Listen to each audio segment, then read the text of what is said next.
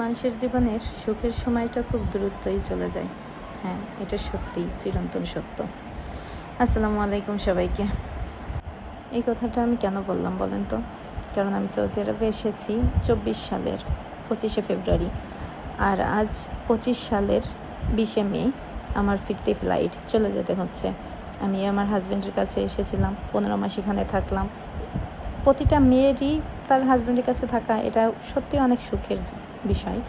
আর যারা বিদেশে থাকে, প্রবাসীর ওয়াইফ, তাদের জন্য তো আরও বেশি আনন্দের, কারণ একসঙ্গে এতটা সময় থাকা সম্ভব হয় না। তারপর আল্লাহ আমার রিজিকে রেখেছিল। ভেবেছিলাম আশা ছিল 2 বছর পর্যন্ত থাকতে পারবো, কিন্তু সেটা আর হলো না। হজের কারণে এখন দেশে চলে যেতে হবে।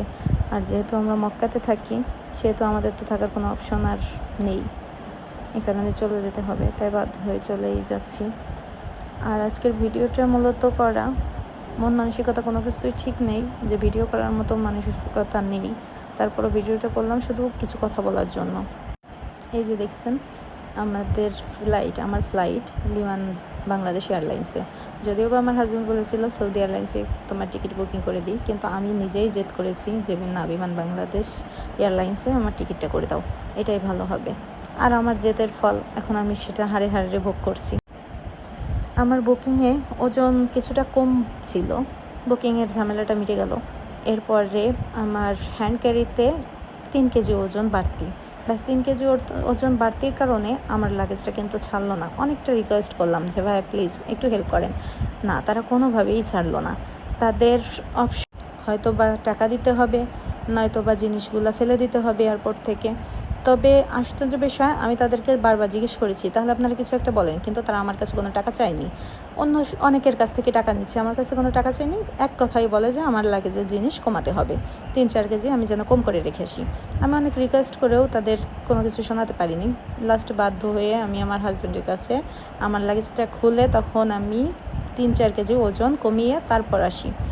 এরপরে তারা আমার লাগেজটা ছাড়ে। কিন্তু আপনারাই একটা কথা বলেন তো, এই যে যাদের লাগেজগুলো টাকার বিনিময়ে ছাড়ছে বা ওজন কমিয়ে যাদের টাকার কষ্টের টাকা জিনিসগুলো ফেলে রাখতে হচ্ছে, তাদের অবস্থাটা কেমন বলেন?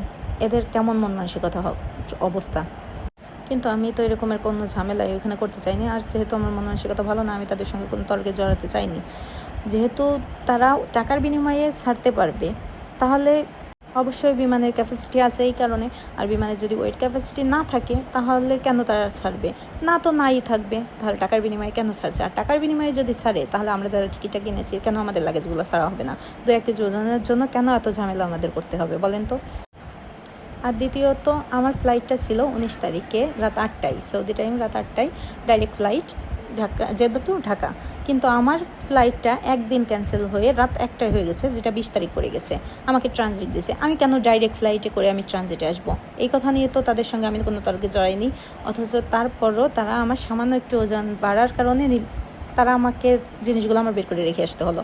আর এরকম অনেকেই আছে নাকি টাকা দিয়ে, ঘুষ দিয়ে ভেতরে তাদের জিনিসগুলো 2-1 কেজি ওজন বাড়ছে বলে বাড়ানো হয়েছে। এটা কি ঠিক? আপনারাই বলেন তো।